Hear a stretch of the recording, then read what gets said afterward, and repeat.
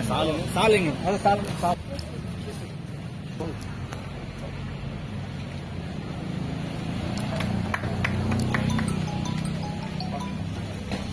जी अगर कुर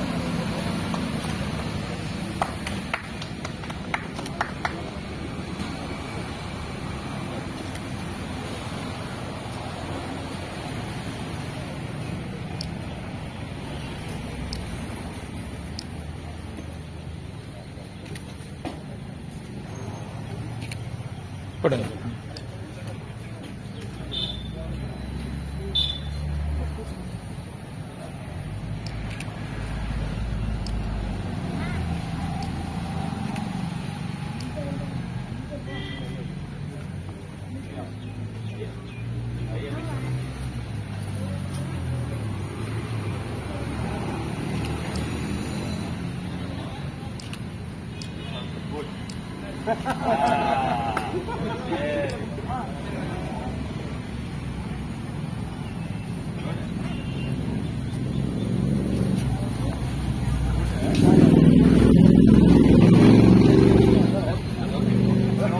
जाऊंगे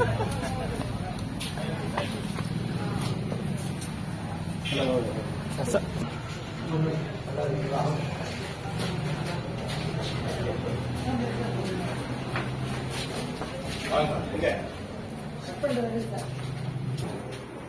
Oh, namaste.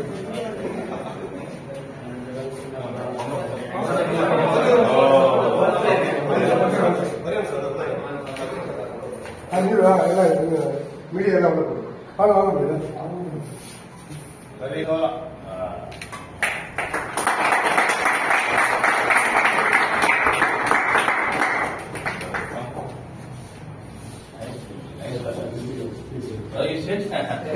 Sini. Wah.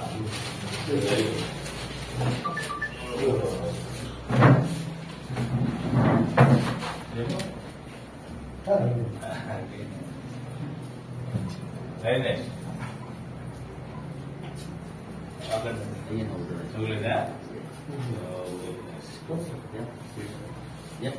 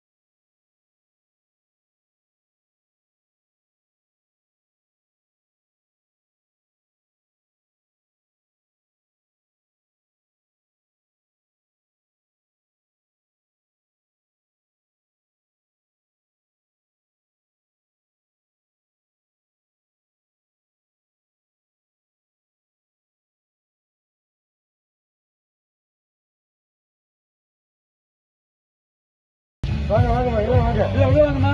இல்ல, அப்படியே உள்ள வாங்க, உள்ள வாங்க, உள்ள வாங்க. இப்போ எதுல வச்சுருக்கீங்க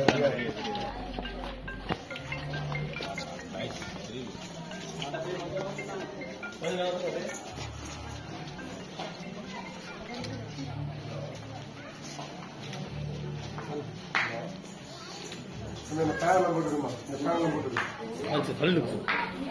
எல்லா லைட்டும் போட்டுருமா எல்லா லைட்டும்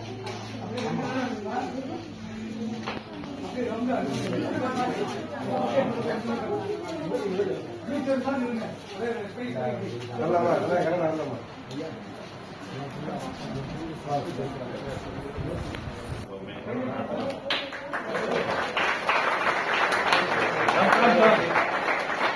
பாருங்க.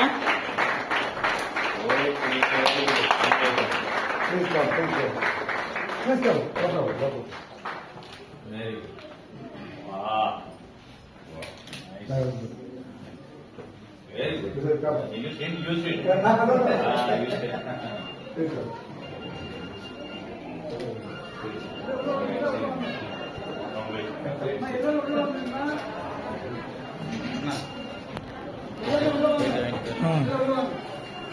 Very good. இந்த வாங்க கண்ணனே வந்துட்டு. ஐடி கார்ட்ஸ் வந்து இப்போ இஷ்யூ பண்ண போறோம். இந்த ஹியூமன் ரைட்ஸ் ப்ரொடெக்ஷன் கவுன்சில்ல அவங்க ஜாயின் பண்ணியிருக்கிறாங்க.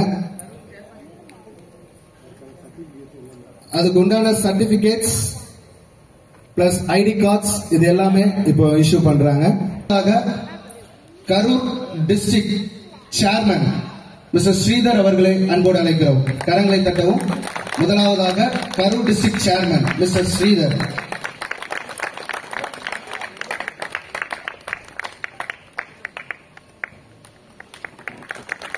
சார் போட்டு.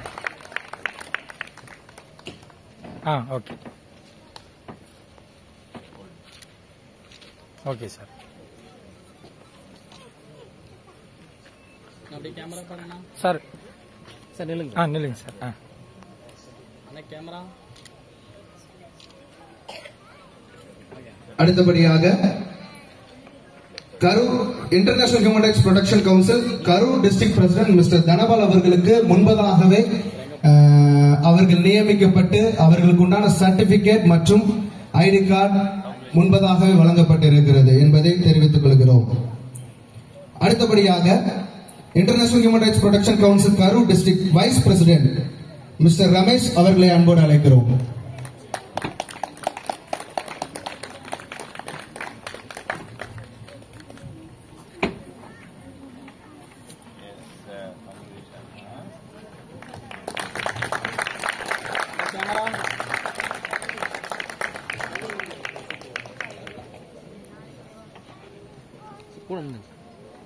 Okay sir.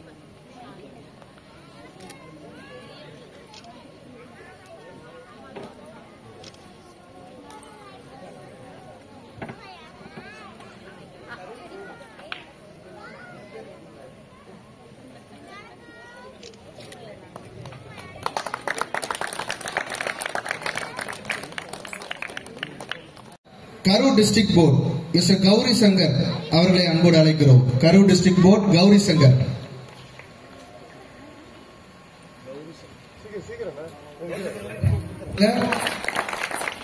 Miss Vennila Gunasekaran Karur district board member அவர்களை அன்போடு அழைக்கிறோம். தேவி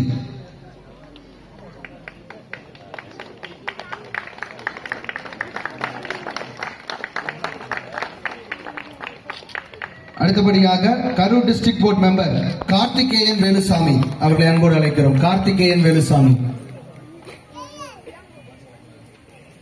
அடுத்தபடியாக Karur district board member Sakthivel அவர்களை அன்போடு அழைக்கிறோம். Karur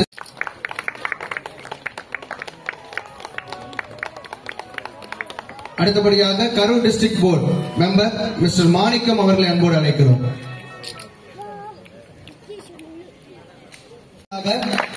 Karur district board member Palaniswami அவர்களை அன்போடு அழைக்கிறோம். பழனிசாமி அவர்களை அன்போடு அழைக்கிறோம்.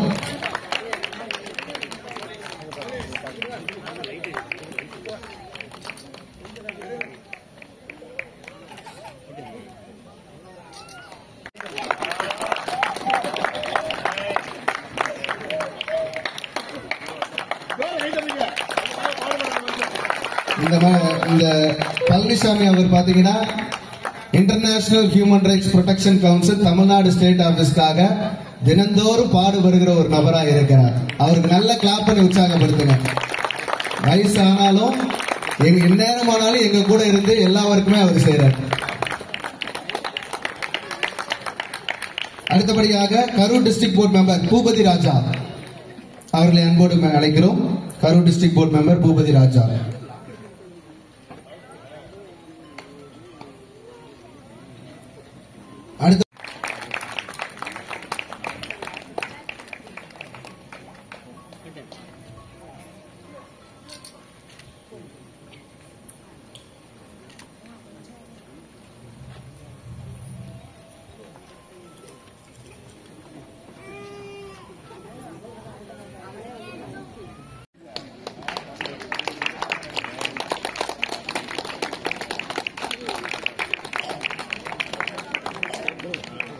அடுத்தபடியாக Karur district board member Kanagalakshmi அவர்களை அன்போடு அழைக்கிறோம்.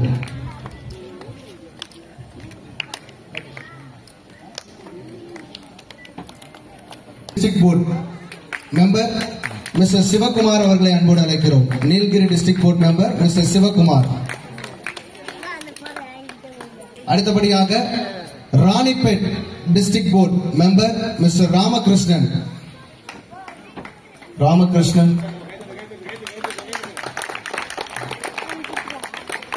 அடுத்தபடியாக Erode district board member Syed Mustafa. நாட்களில் international human rights protection council செய்து கொடுத்த நல் காரியங்களை குறித்து ஒரு சில நபர்கள் மிக விரைவாக சாட்சிகளை கூற இருக்கிறார்கள். International human rights protection council அவர்களுக்கும் அவர்கள் சார்ந்த அவர்கள் குடியிருக்கும் பகுதிகளுக்கும் செய்த நல் காரியங்களை குறித்து அவர்கள் சாட்சியாக பகிர்ந்து கொள்ள இருக்கிறார்கள். முதலாவதாக நமது Karur district woman president Mrs Vinotha அவர்களை அன்போடு அழைக்கிறோம். அவர்கள் ஒரு சில வார்த்தைகள் சாட்சியாக அவர்கள் கூறுவார்கள்.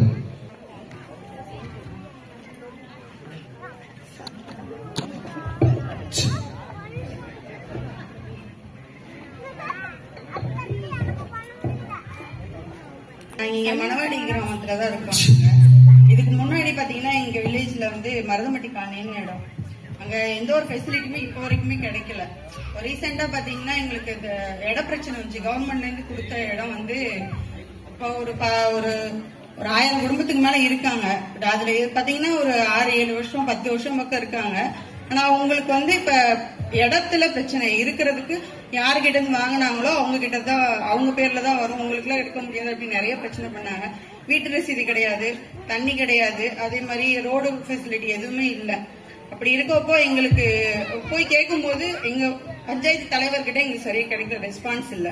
அவங்க என்ன சொன்னாங்கன்னா வேணுங்கிறவங்களுக்கு பண்ணிட்டு வேணாங்கிறவங்களுக்கு அதாவது பார்த்து செய்யற மாதிரி பண்ணிட்டு இருந்தாங்க. எங்களுக்கு அதோட போயிட்டு மக்களுக்கு வந்து கேட்கறதுக்கு ஒரு சரியான ரெஸ்பான்ஸ் இல்ல. அதனால அதுக்கப்புறம் இங்க சார் ஸ்ரீதர் சார் மூலமா இங்க வந்து சார் பிரசிடென்ட் சார் ஸ்டாலின் சாரை பார்த்தோம். அவங்க அதுக்கப்புறம் வந்து எங்களை டோட்டலா வந்து எங்க பஞ்சாயத்து ஆபீஸ்ல பேசினாங்க, என்ன பிரச்சனை அப்படிங்கறத கேட்டாங்க. நாங்க ஒரு 40-50 பேர் பக்கம் வந்து பஞ்சாயத்து ஆபீஸ்க்கு வந்தோம். அவங்க கேட்கும்போது அவர் இல்ல அப்படின்ற மாதிரி மலிப்பு மணி பேசினாங்க. அவங்க வந்து எங்களுக்கு சொன்னதுக்கு அப்புறம் தான் அங்க என்ன பிரச்சனை இருக்குங்கறது எல்லாருமே சார் வந்து பேசினாங்க. ஃபர்ஸ்ட் நாங்க போகும்போது எங்களுக்கு எந்த ஒரு ரெஸ்பான்ஸுமே கிடைக்கல. போகும்போதெல்லாம் நீங்க போயிட்டு வாங்க அப்படி இப்படின்னு சொல்லி காரணம் சொல்லிட்டே இருந்தாங்க. ஆனா இப்ப அவங்க வந்து பேசினதுக்கு அப்புறம் இப்ப நாங்க போகும்போது எங்களுக்கான மரியாதை கிடைக்குது. நாங்க எல்லாருமே கேட்க ஆரம்பிச்சிட்டோம். முன்னாடி நாங்க போகும்போது என்ன பண்ணாங்கன்னா நீங்க வர ரொம்ப கஷ்டப்படுத்துற மாதிரி பேசினாங்க. இப்போ நாங்க போனாக்க அவங்க உட்காருங்க, என்ன வேணும் என்ன பிரச்சனைன்னு கேட்க ஆரம்பிச்சிட்டாங்க. சோ இது வந்து எங்களால மட்டும்தான் எங்களுக்கு கிடைச்சது. முன்னால எங்களுக்கு ஹியூமன் ரைட்ஸ் இருக்கிறதே தெரியாது. சார் ஸ்ரீதர் சார் வந்ததுக்கு அப்புறம் தான் இங்க ஒரு ஆபீஸ் இருக்கு, இங்க சார்லாம் இருக்காங்க, நம்மளோட பிரச்சனையை கொண்டு போனா நமக்கு தீர்வு கிடைக்குங்கிறதே தெரிஞ்சுது. இப்போ வந்து அதோட பிரச்சனையை தெரிஞ்சு நாங்க எல்லாமே சால்வ் பண்ண ஆரம்பிச்சிட்டாங்க. இன்னும் மேலும் இப்ப பட்டாவுக்கு வாங்குறது, ரோடு, லைட் எல்லா பிரச்சனையுமே சொல்ல ஆரம்பிச்சிட்டோம். இப்ப தலைவரும் வந்து அவரை கேட்க ஆரம்பிச்சு எல்லாமே இப்ப நிறைய இப்ப ஒரு 20-30 பேருக்கு மேல அவங்க பேர்ல ரசீது போட ஆரம்பிச்சிட்டாங்க. அது கிடைச்சிருச்சு. அதை வச்சு இப்ப வீடு கட்டினவங்களுக்கு இபி ஃபெசிலிட்டி வந்துருச்சு. இபிக்கு எழுதி கொடுத்திருக்காங்க நிறைய பேரு. இத்தனை நாள் இருட்டுல இருந்தவங்க இப்ப வெளிச்சத்துக்கு வர ஆரம்பிச்சிட்டாங்க. சோ அது வீட்டு வரி ரசீதும் கிடைச்சு. அது கிடைச்சதுனாலதான் எங்களுக்கு இப்ப இபி லைன் கிடைச்சிச்சு. அடுத்து ஆன்லைன் பட்டாவும் கிடைக்க போகுது. அதுக்கு வந்து சார் தான் எங்களுக்கு ரொம்ப ஹெல்ப் பண்ணாரு. இதுக்கப்புறம் வந்து இப்ப எங்களுக்கு கிடைச்சிருக்க அந்த பதவியோட மத்த எல்லாருக்குமே இப்ப எங்க முடியாத ஒரு சில டைம் எங்களுக்கே வந்து கேள்வி கேட்க முடியாது. ஒண்ணு பணம் இருக்கணும், இல்ல அதிகாரம் இருக்கணும். ரெண்டுமே இல்லங்கிறப்ப ஏழை மக்களால எதுவுமே போய் கேட்க முடியாம இருந்துச்சு. இப்ப எல்லாருமே வந்து இந்த ஹியூமன் ரைட்ஸ்னா என்னங்கறத தெரிஞ்சுக்க ஆரம்பிச்சிட்டாங்க. சோ எல்லாருமே போய் கேள்வி கேட்கறாங்க. அவங்களுக்கான ஒரு பதிலும் அவங்களுக்கான தேவையும் பூர்த்தி செய்யற மாதிரி கிடைச்சிட்டு இருக்கு. இப்ப கிடைக்கிறதை நான் நல்லபடியா யூஸ் பண்ணி எல்லாருக்குமே என்னால முடிஞ்ச அளவுக்கு நான் எல்லாருக்குமே உதவி பண்ணேன். தேங்க்யூ. உரிமை கழகம் நமக்கு புதிதான ஒரு காரியம் அல்ல. எப்பொழுது இந்த மனித உரிமை கழகம் துவங்குகிறது என்னவென்றால், ஒரு குழந்தை இந்த மண்ணில் பிறந்த அந்த நாளிலிருந்து அந்த குழந்தைக்குண்டான அதிகாரமே. துக்கமான செய்தி என்னவென்றால், பல தரப்பில் இருந்து நமக்கு அறிவுகள் கிடைக்கின்றது, பல தரப்பில் இருந்து இன்ஃபர்மேஷன் கிடைக்கின்றது, சட்டங்களை பற்றியும் அரசாங்கத்தை பற்றியும். ஆனால் நம்மளுடைய சுய அதிகாரமும் भारत में रहते हुए विकास को देखते हुए आज भी हमारे देश में हम देखते हैं हमारे साथ नौकरशाही गुलामी का काम होता जा रहा है. लोगों को जीतना है. நம்மளுடைய சேவையின் மூலமாக மாத்திரமே ஜனங்களை நாம் ஜெயிக்க முடியும். हमें ऊपर वाले ने भलाई के लिए बनाया है, बुराई के लिए नहीं बनाया. கடவுள் நன்மை செய்வதற்காக நம்மளை படைத்திருக்கிறார், தீமை செய்வதற்கு அல்ல. और आज हम मानवाधिकार के माध्यम से हमारे जिस राज्य के अंदर और जिस सिटी के अंदर काम नहीं हुआ वहां हमको पहुंचना है. இன்றைக்கு மனித உரிமை கழகத்தின் மூலமாக எந்தெந்த இடத்துல பிரச்சனைகள் தீராம இருக்கிறதோ அதை தீர்த்து வைக்க நாம் புறப்பட்டு போக போகிறோம்.